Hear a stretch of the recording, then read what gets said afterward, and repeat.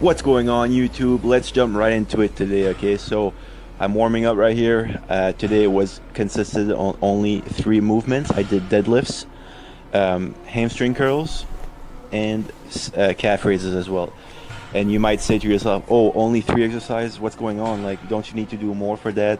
Listen, you don't need to do that much. Deadlifts are extremely demanding on your glutes, your hamstrings, your lower back, and overall energy, okay?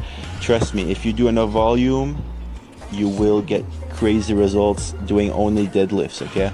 And I did different variations of deadlifts today.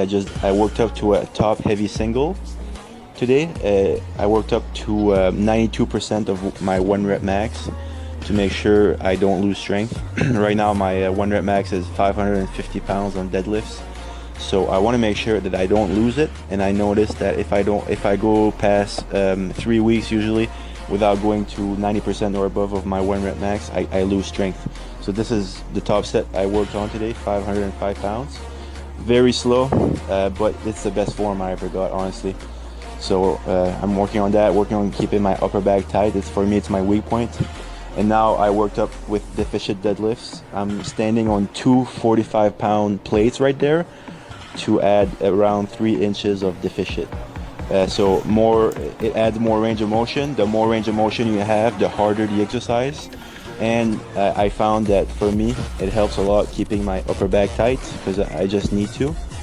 And it helps a lot with getting the weight off the floor faster for me. It's my weak point as well. And there I got a chest cramp after that, so I was stretching as you saw. After this, I went to snatch grip deadlifts, as you see here. The reason I'm doing them like this, you see how wide I go for my grip? It's to practice keeping my upper back tight. If you go that wide, trust me, you need to keep your upper back tight or you won't be able to lift it. It's just the way it is, okay? It felt a little bit awkward. I haven't done those in a while, but I will do them more in the future because they're extremely effective. Great exercise to keep the upper back tight. Very effective. And here, let me show you how to remove plates really quick and save some energy. Go back where I am like that, and then remove them like that, and then just tilt the barbell to 90 degree like I did, and then the weights are all off. You understand what I mean? I'm French, so bear with my accent. Sometimes I'm trying to to phrase my sentences. It doesn't come out as I want to, but you know what I mean, right?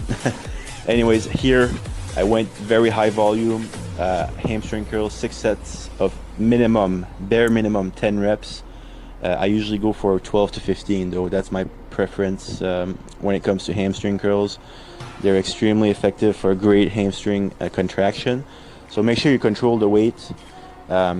Sometimes at the end of my sets, I tend to use my hips a little bit more, but I try to really focus on bringing the weight up with my hamstrings. I really try to activate my hamstrings, and I try to go and really curl the weight up very fast for explosive power, and then I control on the way down.